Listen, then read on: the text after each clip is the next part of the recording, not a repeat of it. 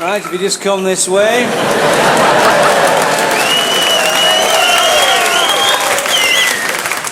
The entrance to this particular cave is quite low down, so mind you don't bump your heads. Now, not a lot of people know that Stumphole Cavern takes its name from the crippled prostitute.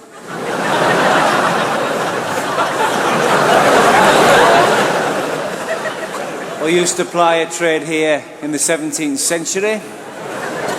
If you look carefully up there, you can still see her taliff etched into the limestone in soot. Shoot thy muck upon my bristles and visage.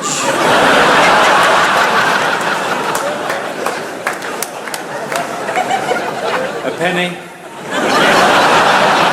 Up the shitter. A guinea.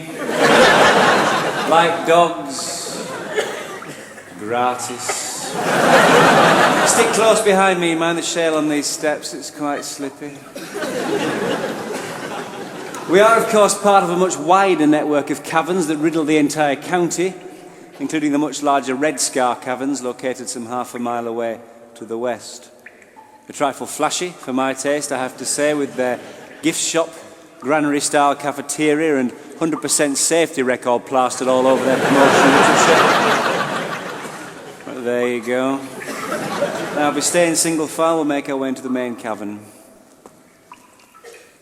I do think it's worth pointing out that Red Scar were served with a council notice ordering them to replace 115 yards of faulty wiring.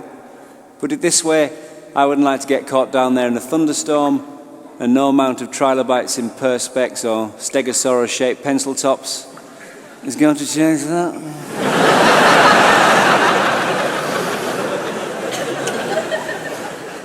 This particular cavern may already be familiar to you from its countless appearances on the small screen. In 1974, you couldn't move down here for Cybermen. In fact, there was a rather amusing incident in which Tom Baker sprained his ankle on that rock there. This goes to show how easily accidents happen. Yes, we've had all the celebrities down here, including the late Don Henderson of Bullman fame, the Chuckle Brothers, in an episode set in Barry's secret lemonade factory.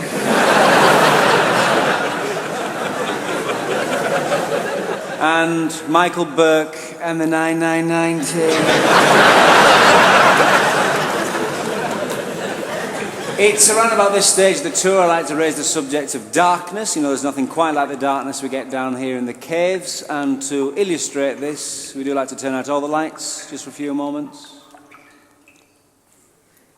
I myself, not fond of the darkness. I sleep with the lights on now.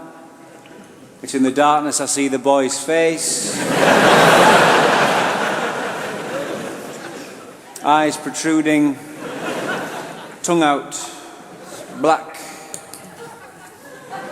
If you look over here, you'll see some of the limestone formations for which Stumphole is more famous, used to be more famous. And over the years, the lads have given them a variety of comical names depending on what they're meant to look like. So here we have Santa Claus, his beard and sack. The Wombles. You see how the sediment forms the brim of Orinoco's hat.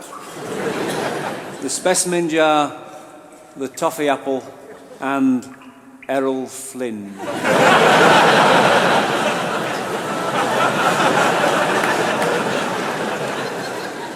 This one over here, people say to me, Mick, that doesn't look like anything at all, but I don't know.